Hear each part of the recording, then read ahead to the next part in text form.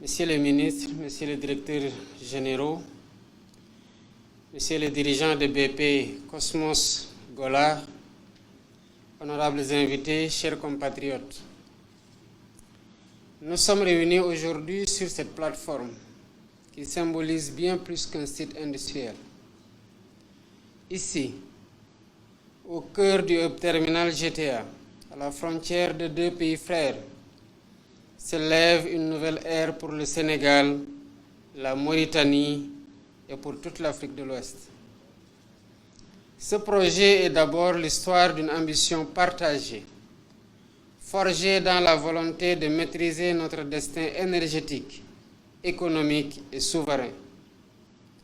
En exploitant nos ressources, nous avons choisi de ne pas rester à la périphérie du progrès, mais d'en devenir des acteurs majeurs. Depuis la signature de la décision finale d'investissement en 2018, le chemin parcouru a été long, sinueux, parfois même incertain.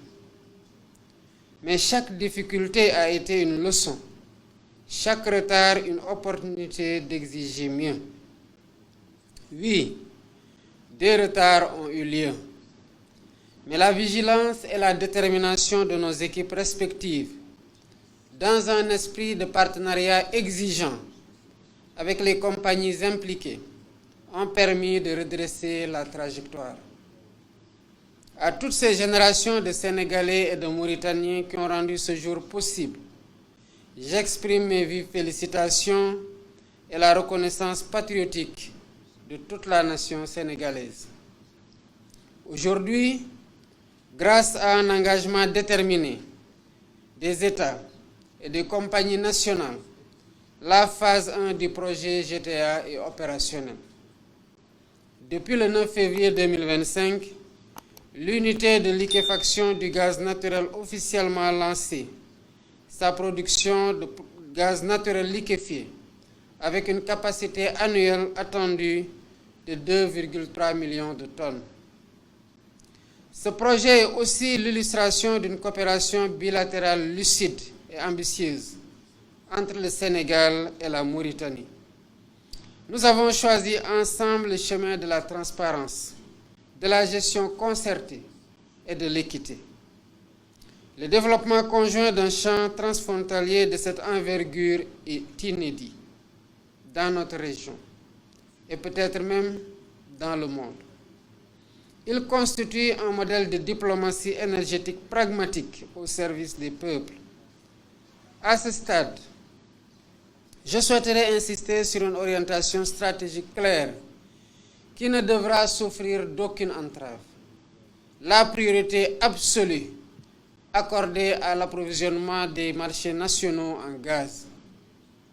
Ce gaz est d'abord un levier de développement local, un carburant pour notre souveraineté énergétique et un moteur pour notre industrialisation et la transformation structurelle de nos économies.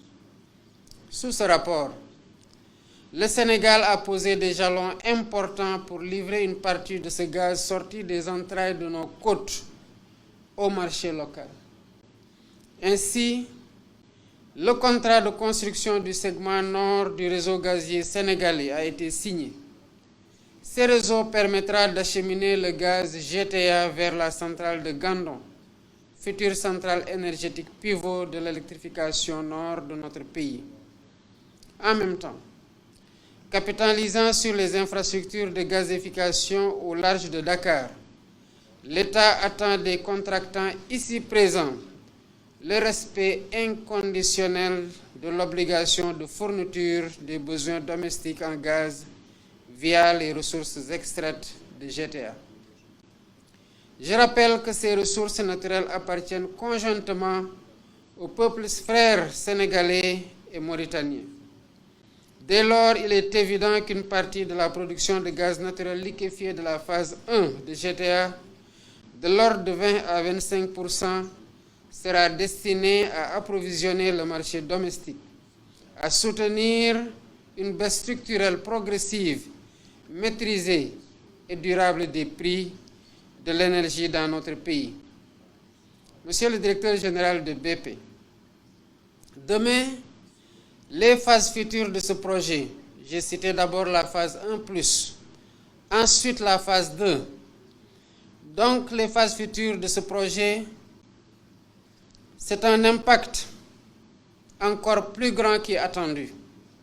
Il est ici question d'œuvrer pour la réalisation d'un effet de ruissellement inédit qui soutiendra la transformation industrielle nécessaire à la création massive d'emplois, la révolution dans l'agriculture, socle de l'atteinte de la souveraineté alimentaire, le développement des systèmes sanitaires et scolaires robustes, etc.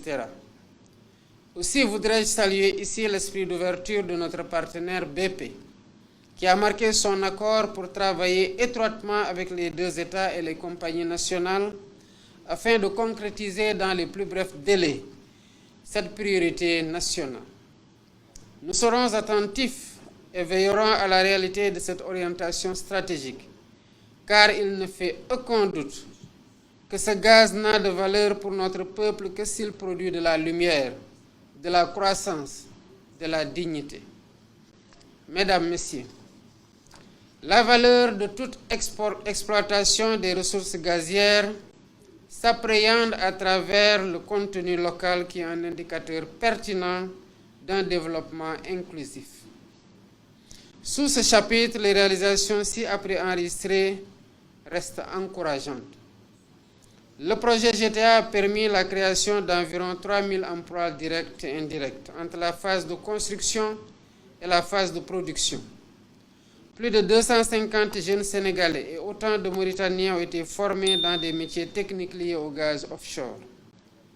En vue d'augmenter les retombées du projet à ce niveau, un acte additionnel sur le contenu local a été signé en janvier 2025, en marge de la visite du Premier ministre Ousmane Sonko à Nouakchott. Par cet acte conjoint, il est attendu comme résultat immédiat la prééminence des entreprises sénégalaises et mauritaniennes dans l'attribution des marchés et la centralité de la main-d'œuvre locale au cœur des chaînes de valeur, notamment dans le cadre du transfert de compétences et de technologies. Mesdames, Messieurs, nous nous retrouvons aujourd'hui sur ces installations en pleine mer, un espace partagé avec les pêcheurs, les communautés côtières ainsi que les forces de défense et de sécurité. Tenant compte de cette réalité plurielle, il a été mis en place un dispositif inédit afin d'assurer une sécurisation conjointe des plateformes à travers une coopération entre les marines nationales sénégalaises et mauritaniennes. De plus, un cadre de concertation a été mis sur pied pour maintenir le dialogue permanent avec les communautés locales et garantir ainsi une exploitation apaisée des ressources gazières. Monsieur le Président de la République sœur de Mauritanie, Messieurs les ministres, Messieurs les dirigeants de BP, Cosmos et Golar, Mesdames, Messieurs, ce que nous vivons aujourd'hui avec GTA n'est qu'un début. Le potentiel gazier au Sénégal est immense. D'autres projets se profilent, comme Yakar Teranga, qui devra lui aussi respecter les mêmes principes. Priorité au gaz domestique, développement inclusif, exigences environnementales. L'enjeu de notre génération est de réussir la transition entre les ressources naturelles et la prospérité partagée. En visitant cette plateforme aujourd'hui, je ne vois pas seulement des infrastructures techniques. Je vois un acte de souveraineté. Je vois un pont vers un avenir meilleur. Je vois le courage de deux nations qui ont décidé de maîtriser leur destin.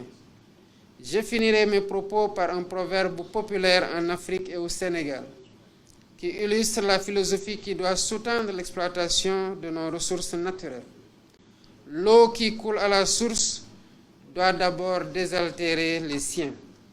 Notre gaz doit d'abord nourrir notre économie, éclairer nos foyers, donner de l'emploi à notre jeunesse. Vive le projet GTA, vive la coopération sénégalo-mauritanienne. Je vous remercie. Jakar Faye. Monsieur Murray Auchincloss, CEO de BP, Mesdames et Messieurs, permettez-moi tout d'abord de vous souhaiter la bienvenue à cette cérémonie qui marque une étape majeure dans le partenariat entre nos deux États et nos partenaires BP et Cosmos. C'est avec une profonde satisfaction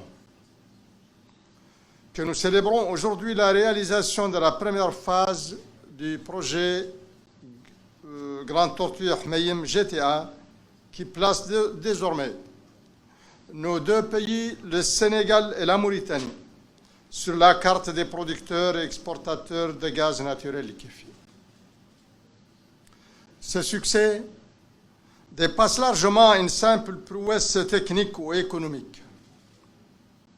Il incarne la profondeur des liens historiques de fraternité, d'amitié et de bon voisinage entre le Sénégal et la Mauritanie, deux pays unis par l'histoire, la géographie et par un avenir commun.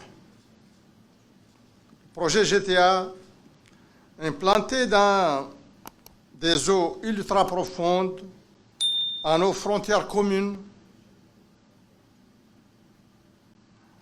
illustre de manière éclatante ce que deux nations africaines peuvent réaliser en unissant leurs forces, en mettant en commun leur expertise et en poursuivant une ambition partagée.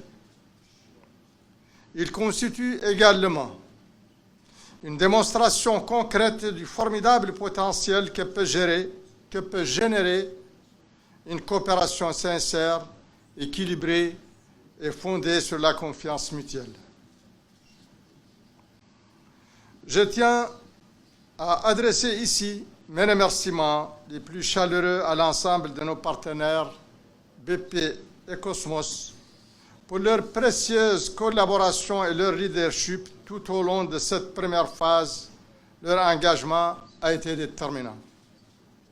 Je voudrais également saluer le travail remarquable accompli par les équipes de nos deux pays, qu'il s'agisse des ministères, des sociétés nationales ou plus largement des unités mixtes qui ont su faire preuve de rigueur, de persévérance et d'esprit de coopération exemplaire.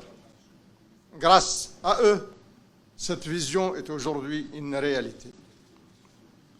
Je me réjouis tout particulièrement de constater que l'installation est non seulement opérationnelle, mais également dotée de jeunes compétences sénégalaises et mauritaniennes.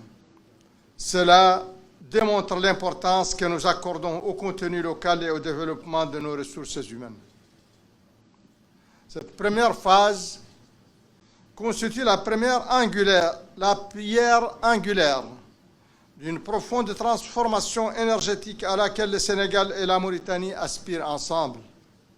Elle ouvre la voie à l'accélération de la monétisation de nos ressources naturelles et à l'utilisation du gaz dans nos économies pour répondre aux besoins énergétiques des populations et de nos industries. En conclusion, je souhaite que cette collaboration exemplaire entre la Mauritanie et le Sénégal continue de rayonner et inspire d'autres initiatives au service de nos peuples et de notre continent. Je vous remercie.